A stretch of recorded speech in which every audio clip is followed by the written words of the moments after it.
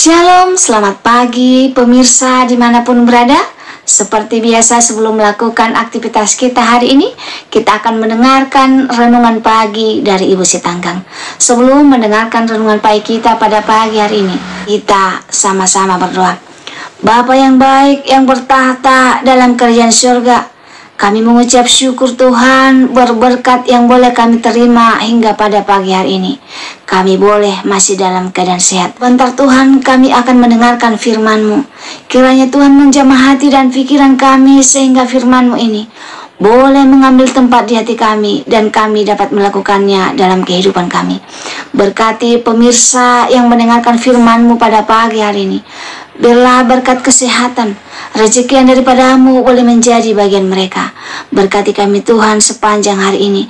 Lindungan Tuhan boleh menjadi bagian kami. Mohon ampun Tuhan dosa pelanggan kami. Dalam nama Yesus kami berdoa dan mengucap syukur. Amin. Judul renungan pagi kita pada pagi hari ini berdasarkan kata orang. Ayat intinya saya ambil dari 1 Samuel 17 ayat 37. Pula kata Daud, Tuhan yang telah melepaskan aku dari cakar singa dan dari cakar beruang, dan Dia juga akan melepaskan aku dari tangan orang Filistin itu. Bernard adalah seorang mahasiswa jurusan matematika di Universitas California pada tahun 1939. Suatu kali dia datang terlambat dan di papan tulis sudah ada 2 soal matematika. Ia mengira itu adalah PR yang harus dikerjakan, maka ia mencatatnya dan mengerjakannya di rumah.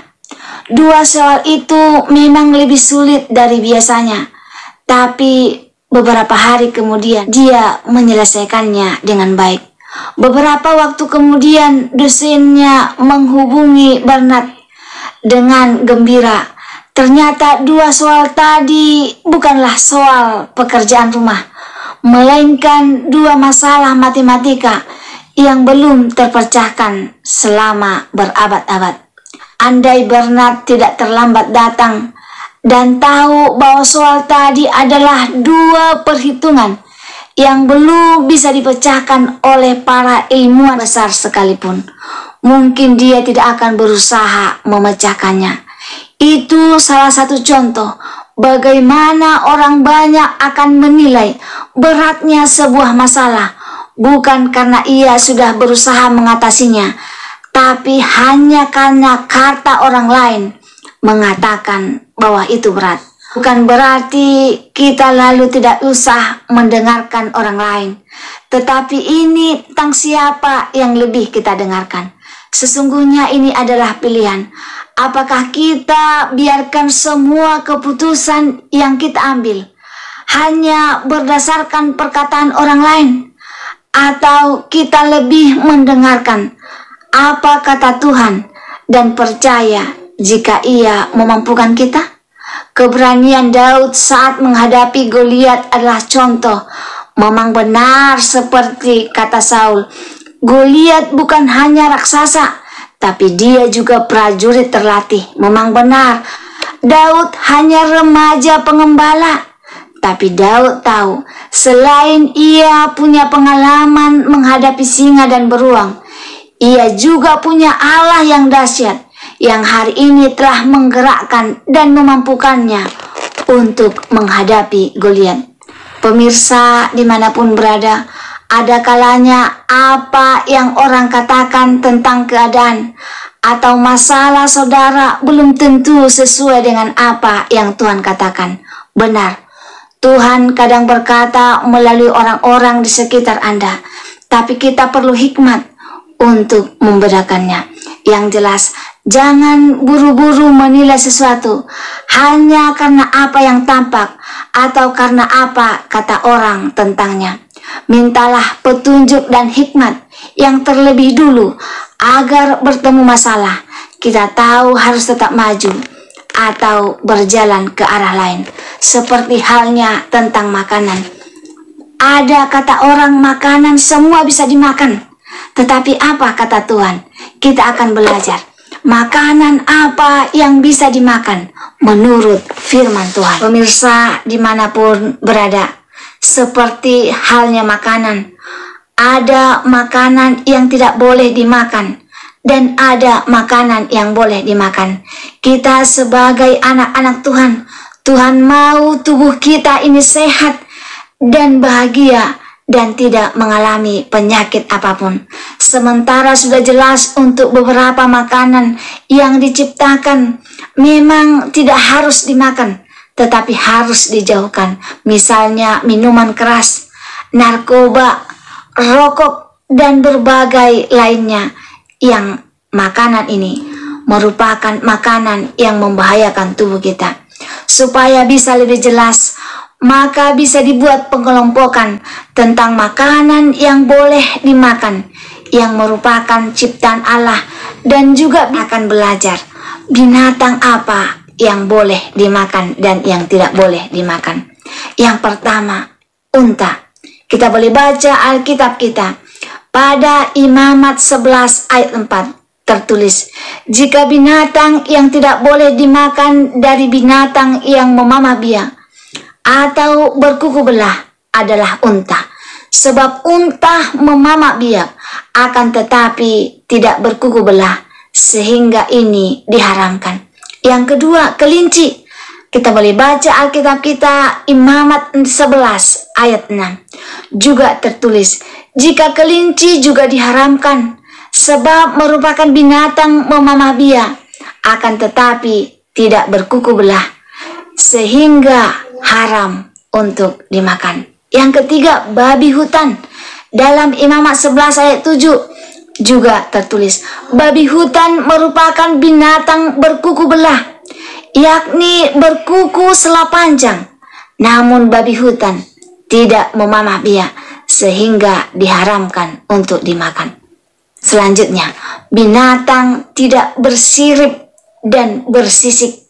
Pada Imamat 11 ayat 10, jika segala sesuatu yang tidak mempunyai sirip atau memiliki sisik dalam lautan, dan juga sungai serta segala sesuatu yang hidup di air lainnya, juga diharamkan, dan bangkainya pun harus dijijikkan. Jika dilihat dari ayat ini, maka binatang yang diharamkan adalah udang, sebab bersisik namun tidak bersirip. Ikan patin, sebab bersisik namun tidak bersisik.